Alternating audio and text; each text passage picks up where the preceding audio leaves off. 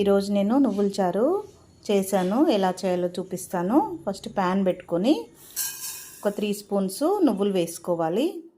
సిమ్లో పెట్టుకొని దోరగా వేయించుకోవాలి. నువ్వులు వేగిపోయినట్టే ఇంకా ఇది చల్లారాక మిక్సీ పట్టుకొని పక్కన పెట్టుకోవాలి. తర్వాత చింతపండు ఆల్రెడీ నేను నానబెట్టి పక్కన పెట్టుకున్నాను. చింతపండు రసం తీసి పోసుకోవాలి. తర్వాత ఒక పెద్ద సైజు ఆనియన్, ఒక 2 పచ్చిమిర్చి, కొంచెం కరివేపాకు, కొత్తిమీర కట్ చేసి వేసుకోవాలి. అన్నీ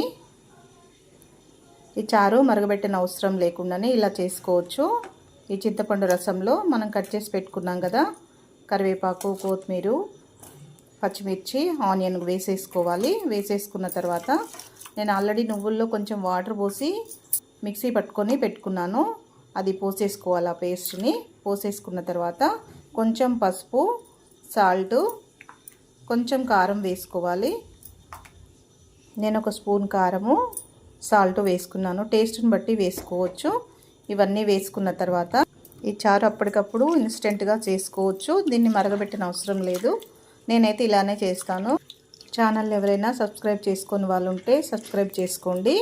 ఇలా కలుపుకున్న తర్వాత చారంతా తాలింపు వేసుకోవాలి. కొంచెం ఆయిల్ పోసుకొని ఆవాలు, జీలకర్ర, ఎండుమిర్చి, కొంచెం కరివేపాకు వేసుకొని తాలింపు చారులో పోసేసుకుంటే నువ్వుల చారు రెడీ అయిపోయినట్టే.